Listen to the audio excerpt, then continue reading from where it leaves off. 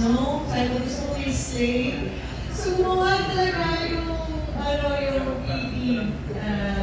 si Arthur, tama? Si Arthur ng slay. So, they were able to do it. We were all able to do it in the span of siguro less than a week, bro. We made it happen. Yeah, it doesn't look like it was shot here. Yes. Gusto ko kasi ma-feel ng mga Pilipino around the world. Peg namin New York. Canada. Pwede rin naman. So, I'm sure a lot of you are curious to ask about the Christmas tree. So, any questions? Bob. From Manila Bulletin. The late Bobby. Congratulations on your late Christmas single. And so how is it na finally completed na yung first Christmas song? I feel really, really happy and contento ko dun sa kinalabasan yung isa sa mga proud creations ko. And then original ba talaga is naging upbeat yung song or talagang slow? Original na? Gusto ko talaga ng medyo upbeat and very positive. Yung nakakasigla, nakakasaya. Kasi hindi sad. Christmas o hindi sad. Kasi ang Pasko para sa akin talaga nakakasaya ng puso. Very important sa akin yung Christmas time. Whenever I'm feeling low, nanonood ako ng Christmas song, nanonood ng Christmas movies, and nakikinig ako ng Christmas songs. Ganun klase ako ng tao. So, I am just so happy and grateful that God gave me inspiration to be able to write this song and also work with Maestro Ryan Teobiag's students, si Dan Hill. Siya yung gumawa ng melody. So, yung sa presidency mentioned about Christmas being your favorite holiday. So are you that type of person na sumasabay talaga sa holiday rush? Oo. Yes. Lagi akong late mag-shopping. Medyo ganun na. Very Pinoy ako in that sense. Siguro kasi parang gusto ko rin yung adrenaline rush na malapit na yung Pasko, pwede lang mag-shopping ng pangregalo ko, gano'n. Pero yung mga times naman na bumibili ako in advance, since meron naman mga online na ngayon, diba? Sobrang, I take it, talaga, seriously, yung Christmas time. And the last question, yung magiging composer ba, is it natural talent ba or for someone na gusto mag-compose na wala nang talagang talent? Madali lang ba ito? You know what? Sabi ko nga, hindi ako method writer, hindi ako, no Mr. C. I write when I'm inspired. I write about my experiences and or yung contrast ng pinagdadaanan ko. So I guess in a way, it's a gift. I've always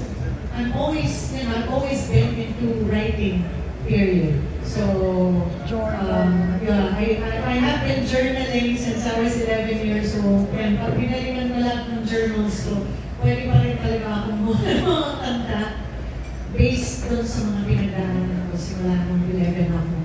So, ang sarap lang na dami kong mga kanta na on standby, kumbaga. Pero ito yung isa sa mga proud ako na sinulat. So, marami pa sa akin, may next week na yeah, they're pa. Balik mo na tayo sa love songs kasi syempre, I believe in love, yung universal type of love. Congratulations. Thank you very much. Merry Christmas. Thank you very Christmas. Nice one. Charming, Philippine Star. Hello. So, ano part ng lyrics yung gusto mo and nakaka-relate? So, may patagal. Since I wrote this song, lahat nakaka-relate sa akin. Pero ang maganda kasi dito, gusto yung chorus, yung "Cause I miss you even when you're near." Alam mo yung when you love kahit magkasama kayo minsan sa isang group, you don't have to be together. You don't have to sit side by side. Pero nandun kayo in the same group. And to me, yung magiging romantic ko in a way na, because I miss you even when you're near. You're the song I always want to hear. Feels like I've known you for 1,000 years, and when Christmas comes, it'll all be clear. Kasi itong song kasi, tungkol ka sa, you're falling in love with someone that you loved from the past. So yung may mga ex na nagkabalikan, yung parang gano'n. So in a way, parang nagbibigay siya ng hope for people who are going through breakups, yung hindi maganda yung kaso sa kanila. I believe that if you focus on the good, if you try to focus on yourself, on your growth, and if you try to focus on positive things, then positive things will happen to you. So that's how I think. So what's your Christmas wish? My Christmas wish is, to have a safer country in general for my children. Kasi pag nanay ka, isipin mo rin yung kapakanan ng mga anak mo na sana lagi silang safe, diba? And syempre ako rin, iisip ko rin yung family ko. Yun lang. Alam ko, very pang Miss Universe or pang Pilipinas. Pero world peace talaga, that's what we're aiming for. Kung hindi man maraming pera at maraming alam mo yun, gusto talaga natin ang mapayapang mundo. Mapayapang mundo. A better world. There you go. Kanta namin. Very smoky mountain. Thank you. Hello po, I'm Teen from Pep. Hindi ko sabi mo kanina, I arrive when I'm inspired. So ano yung papa-inspire sa inyo? And gaano mo katagal sinulat yung kanta? 1 hour. I wrote the song in 1 hour, you said. an hour. Yeah. Siguro mga ganun. Mga 1 hour lang. The lyrics. The lyrics, yeah. And then from there, nung nasulat ko yung kanta, my good friend Dan Hill, who is one of my variety of students, made the melody based dun sa sinulat ko. So nandun rin ako, hinintay ko siya na matapos na. Yes, I'm inspired. It just feels good that I opened myself to love, this year, and I think that when it comes, hindi ko rin naman alam talaga nadarating, diba?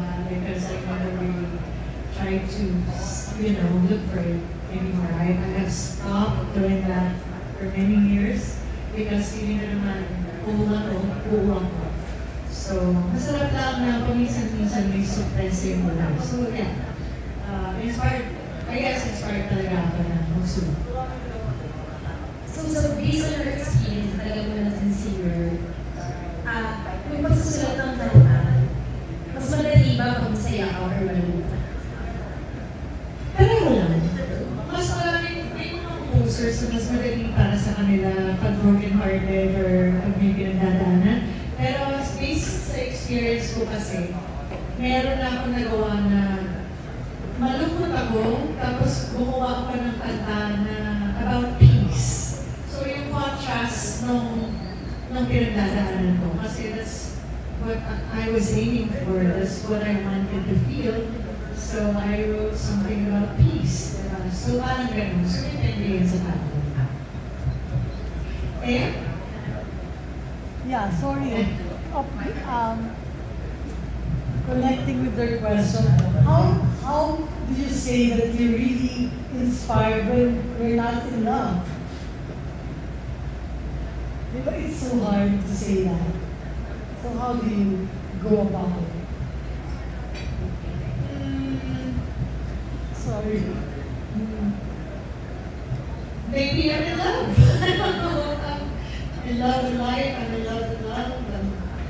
just, you know, feeling ko parang merong nasindihan sa pagkatao. Yeah, when there's so physical someone beside you.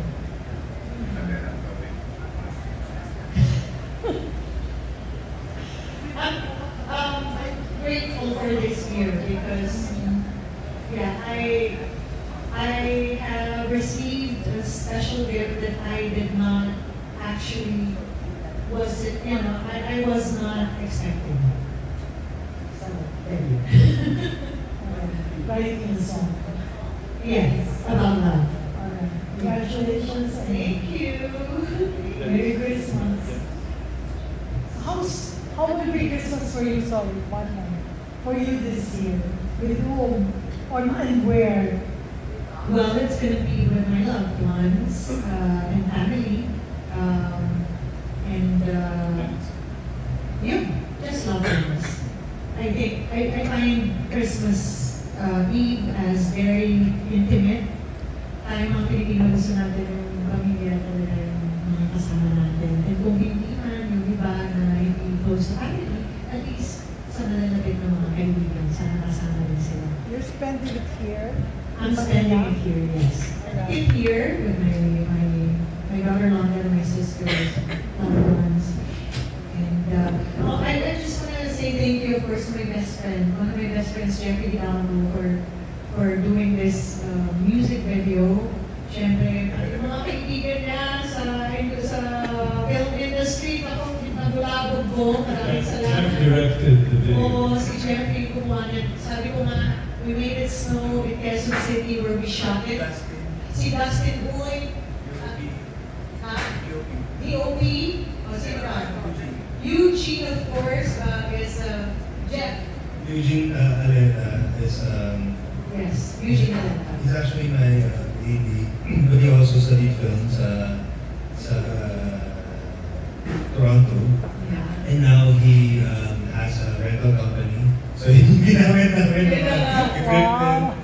And then, PT. actually, si Eugene din na nag-edit all the way from Canada. Yes. Siya nag-edit.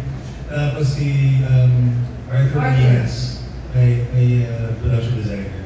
Siya din yung tumulong sa amin. Oh, siya yung kumuha ng sing. Tapos yung nagka-snow, kita niyo naman, pinag-hirapan talaga ng aking bestie. Thank you talaga. And, of course, I want to thank also Hazel Gonzalez of HG Salon, and also yung partner ko, si Dean Rojas. He's a Jiu-Jitsu Sea Games gold medalist. Yeah, so Dino Rojas. Dean Rojas. Dean. Yeah, so he's a national athlete na Jiu-Jitsu. Tinanong ko if he could, do it with me, and he did. So grateful. Grateful for everyone who actually helped me. Sorry, I to Jeffrey. How did you make it snow in the Philippines? Secret. Face of the trade. Hindi yan. At least may suspension. Hindi AI yan.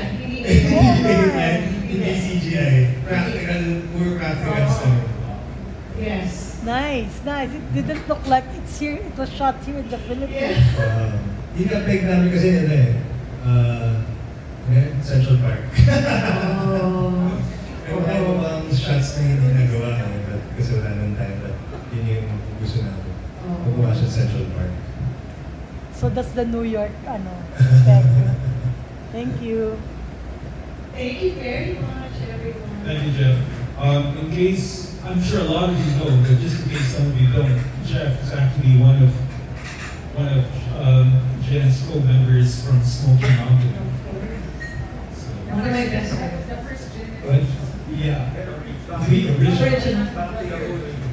Ano? Backup singer there or dancer, joke. Manila. So my question was actually related to Smoky Mountain. Saan po kayo dati sa ABS? You guys have been friends for a long, long time, and parang medyo full circle na rin this directed this music video. How did you guys maintain this friendship. And actually, during the music video, I was almost expecting Jeffrey to be the one putting his hand in my shirt. And why was that not the...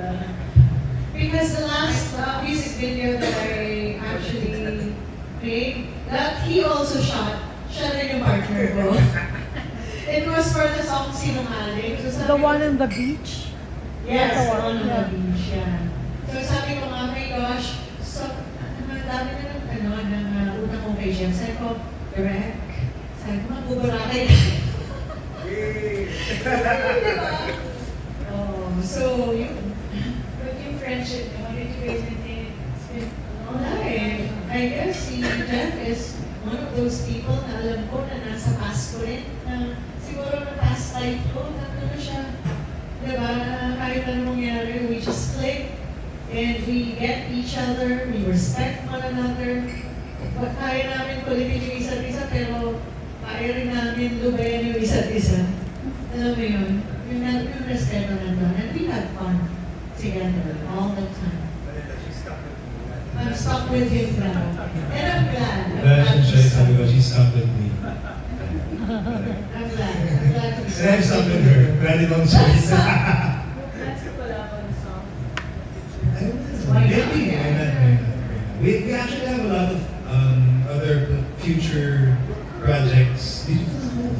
Oh yeah, by the way guys, okay, since naayos na namin, I will be celebrating my 35th year in the business by doing a concert at the Music Museum.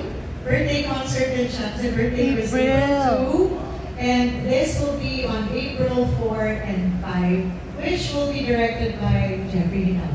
Wow.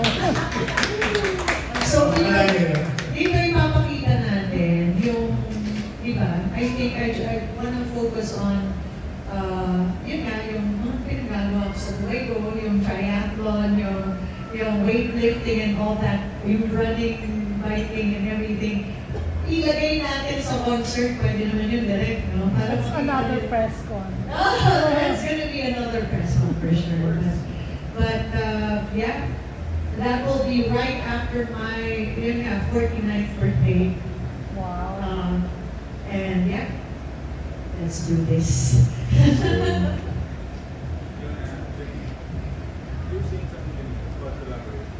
Aside from all these other projects, maybe, actually, dapat gumawa tayo ng single. We both read and also read songs, so it would be nice. We've never collaborated on a song. No. I think I've written for you before in one of your albums. We've never really collaborated. Sa pakulitan natin dalawa, madali yan. Madali. Ayun, so okay. Thank you, Jeff. Now we have Alexa. Alexa. Hi, Jen. Okay, actually, I was taking this question, but since nabuksan na ni Manila, I might as well ask it. And nandito rin naman si Jeff. I'm sure this has been asked several times in one way or another through the years as the first generation of Smoky Mountain. The songs have been revived, sung differently in a movie and all of that stuff. Coming from somebody who has sang Kailan, Paradiso, and all of this, what are your thoughts that there's a new generation of artists who's giving flavor to the songs that you guys actually started singing when you were in your teens? Sarap ng pakiramdam. Vini. First of all, it's, like what Benny did. They recorded Nabokanat na pala. First of all, ano yan, creation yan ng maestro ni Tito Ryan Cayabyab. So, labas kami kung ano gusto niyo gawin sa mga kanta. Pero, as an artist, I really like the fact that the younger generation is singing this, our songs. Ang sarap kasi, ibig sabihin, classic talaga yung mga kanta and binibigyan nila ng bagong flavor. And even my daughter, London, who's 10 years old, ang favorite niyang kanta is Kailan. As in, pag may karaoke, Mommy, can you please sing Kailan? Please sing Kailan. That's my 10-year-old daughter. Alam mo yun? And then, syempre, kilig na kilig ako na natawa-tawa ako. Dahil one time, sabi niya, Mommy,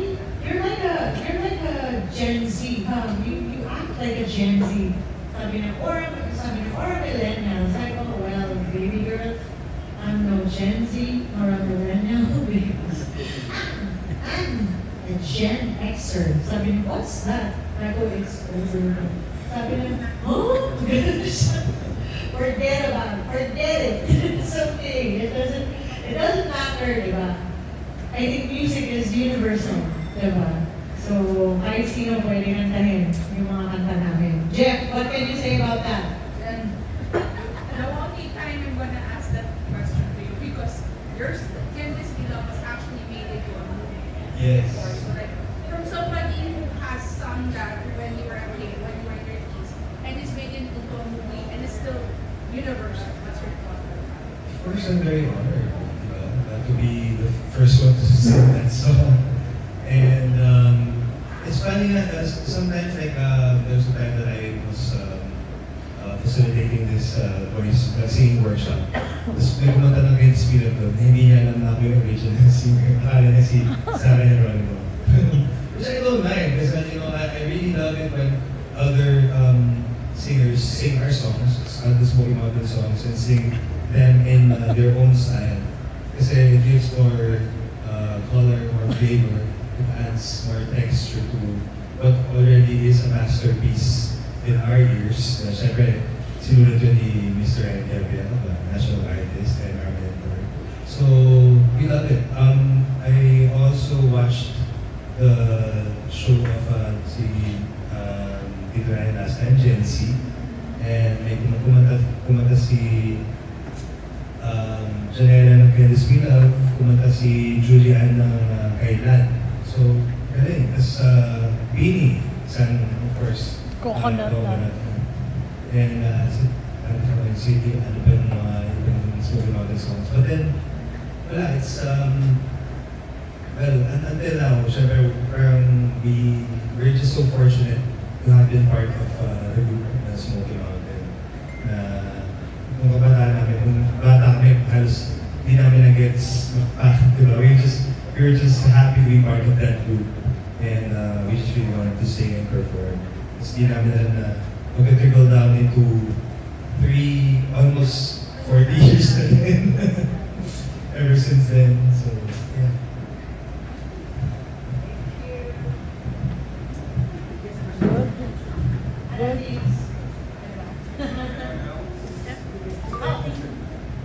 Good.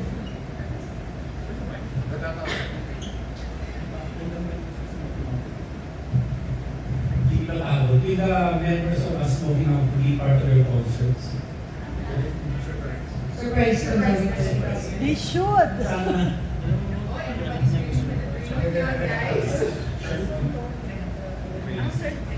Please.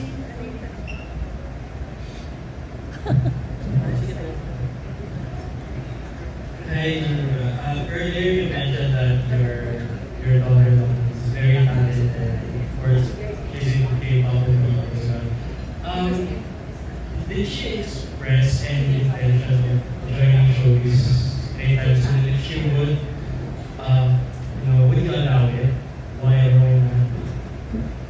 Yes, she does. She's a great dancer and she can sing well. And, pero sabi niya sa akin, Mommy, I want to start with a group. Sabi ko, why not? Sa atin naman kasi kung ano gusto naman natin, basta mag-aral siya, okay na naman.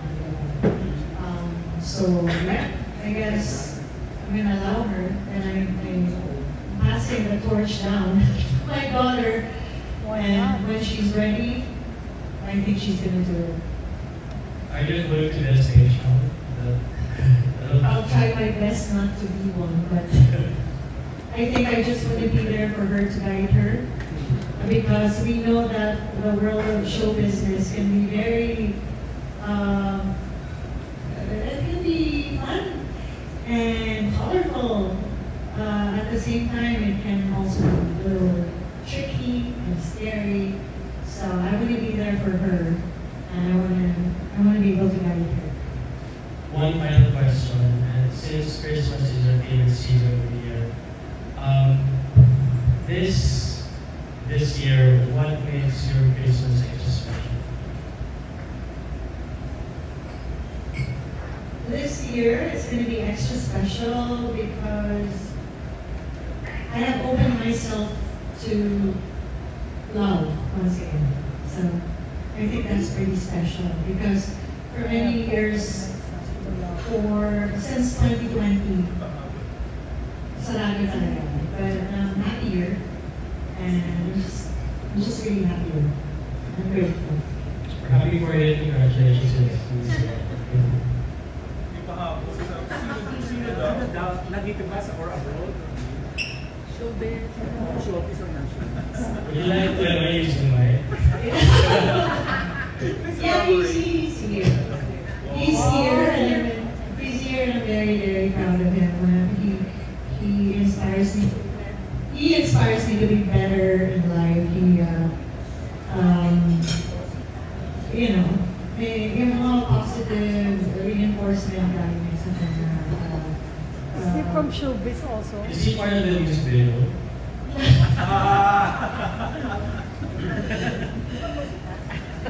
The music video is available online on YouTube, guys. But yeah, I'm happier. There you go, I'm happier. Yun yung kaibahan ng Christmas for this year. More inspired. Bobby, are you satisfied? Not from the business. He's a national athlete. There you go. So, yeah, I'm very proud of him. The one on the video. Yeah. No, the one on the video. It's here in my, the name is here in my heart. You mentioned it earlier, diba? But it's here. If you're recording, Earlier, parang interview this year, din yun yata. Parang, na-mention mo na medyo content ka na when it comes to love. Paano nangyari ito? Kung pwede na i-voice. Sabi ko nga, minsan siguro parang mas dumadating kapag hindi mo in-expect. So, yun. Sabi ko, I always say, I've been happy for many years. I'm just happier now. You know, kahit naman strong tayo, strong women tayo, diba? Masarap din yung meron kang nagdadatayan. So, ano yung na-realize mo this time? Kasi for a long time din naman ba, you've been single and now? Yeah, for the past 5 years, I've been single. And I'm just grateful that I am in this, nandito ako sa aking strong but soft girl era. Sarap din yung pakiramdam to get introduced to my feminine side and sarap. So, very, very Christmas. Very, very Christmassy. Okay, follow up na lang about you and Jeff. We've been talking about money, friendship, no? Pero there's so many dynamics of the teams work. Oh my, para lang kami naglalaro ni Jeff. Para lang kami laging naglalaro, which is good because I'm so grateful na yung trabaho namin, yung singing, acting, performing. Para siyang laro dahil sobrang lalamin ng trabaho namin. And we make other people, we're able to make other people happy. Ang sarap ng pakiramdam. Sarap. And lastly, about your daughter, yung since you met your smoking, no? Ano ba yun? Deliberate kilala mo yung before? Or, I saw you. Yeah. Ano nangyari was, 6 months na ako, si Bamba, lagi kasama siya. Simula nung baby pa siya, because I lived in the States for 6 years. It was just my mom, me, Bamba, and Heaven. Nung simula nung baby siya, nanonood na siya sa akin. So, yun, nakasanayan niya. And then, my mom showed her my video with the Smoky Mountain when I was 12 with Maestro Ryan. And na-curious siya. And then nakikita ko, lumalabas na. Same song na kinanta ko ng 3 years old ako. Yung Lea Salonga version ng The Sun Will Come Out Tomorrow. Oo, kasi yung first album ni Lea Salonga, Small Boys yata yan. Yun ang una kong pinapakinggan talaga. Ano lang yung tanda ni Lea sa akin? I think 2 or 3 years lang. So, ang bata kami, yun pinapakinggan ko. And yun din pinag-aralan ni London. And at age 3 or 4, kinakanta na yun kasi bago siya ng lamesa. So, nakikita ko na. I think she's gonna be like me. She looks up to me so much that I have to be careful about everything that I do. Yun nga kaya dinidiretso ko talaga yung buhay ko as much as possible because I know that ako yung buhay ko, yun ang susundan niya eh. Diba? So I always have to set a good example to my daughter.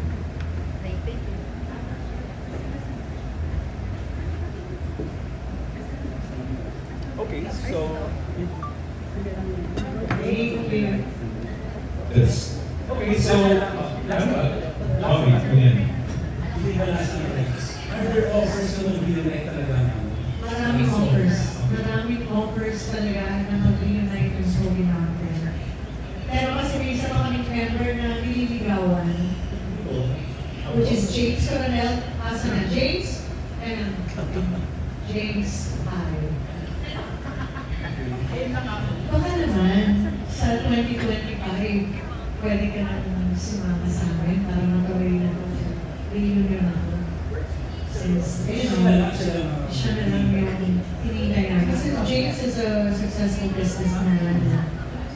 Alam naman natin si Tony Lambino, ang presidente ng Ayala Foundation. So, and kasi game naman yan. Actually, magkakasama kami sa Ayala Christmas party on the 13th kami. Si Jeffrey, ako, tsaka si Tony. Nakanta kami. And kasama namin siyempre si Maestro Louie Ocampo, directed by Roel Santiago sa 13 yan. So, James, ikaw na lang kami. Or the Smoky Mountain reunion to happen. So, we're just waiting. We'll see. Okay, so I'm sure you guys still want to ask more questions in your individual.